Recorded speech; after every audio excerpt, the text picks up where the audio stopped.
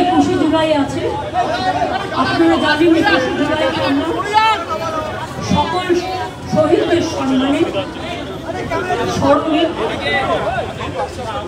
21শে জুলাই আন্দোলনে যারা শহীদ হয়েছিলেন তাদের সহ বিভিন্ন গণ আন্দোলনে জন আন্দোলনে যারা শহীদ হয়েছে তাদের সকলকে আমরা শ্রদ্ধার্ঘ্য নিবেদন করি।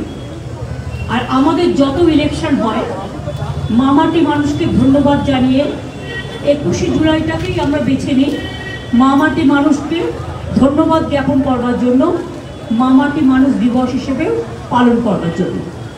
21শে জুলাই আমরা কিন্তু কোনো কিছু অর্গানাইজ করি না, প্যান্ডেলটুকু ছাড়া বাদবাকি সবটা কর্মীরা নিজেদের টানে আসেন এবং কত দূর দূর থেকে জেলা থেকে আসেন, কত দূর দূর থেকে হেঁটেও আসেন। আমার সবার কাছে একটাই অনুরোধ থাকবে, শান্তিপূর্ণভাবে মাথা ঠান্ডা করে সবাই আসবেন। আর দুই হচ্ছে ট্রেনে যারা আসবেন, ট্রেন তো আপনারা জানেন ওদের কিন্তু 15 দিন আগে মিটিং করে আমরা রিকোয়েস্ট করেছিলাম যে যেন ট্রেন কোনো রকমভাবে বাতিল করা না হয় বা বন্ধ করা না হয়। উপরন্ত যে কোনো বড় জমায়েত হলে, আমি নিজে রেল মিনিস্টার হিসেবে কাজ করে এসেছি অনেকবার, আমি জানি এটা রেলের duty to clear the rust. এখানে ফ্রিকোয়েন্সি বাড়ায়, ট্রেনের সংখ্যাটা বাড়ে কী করে, ফ্রিকোয়েন্সি বাড়ায়।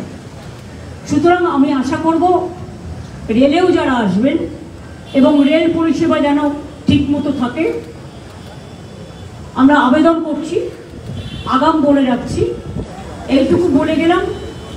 বাদ বাকি যা বলার আমি প্রতিবারই আসি, কর্মীদের সাথে দেখা করে যাই।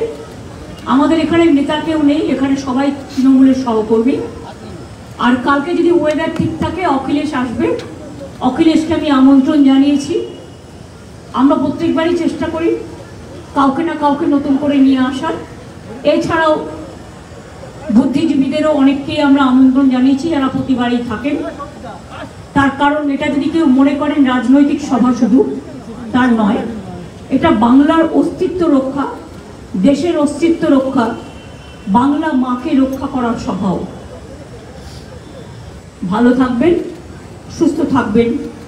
বাংলার মামাটি মানুষকে সহ দেশের সকলকে আমাদের অজস্র ধন্যবাদ, কৃতজ্ঞতা, প্রণাম, সালাম, দণ্ডবতী। সবাই ভালো থাকুন।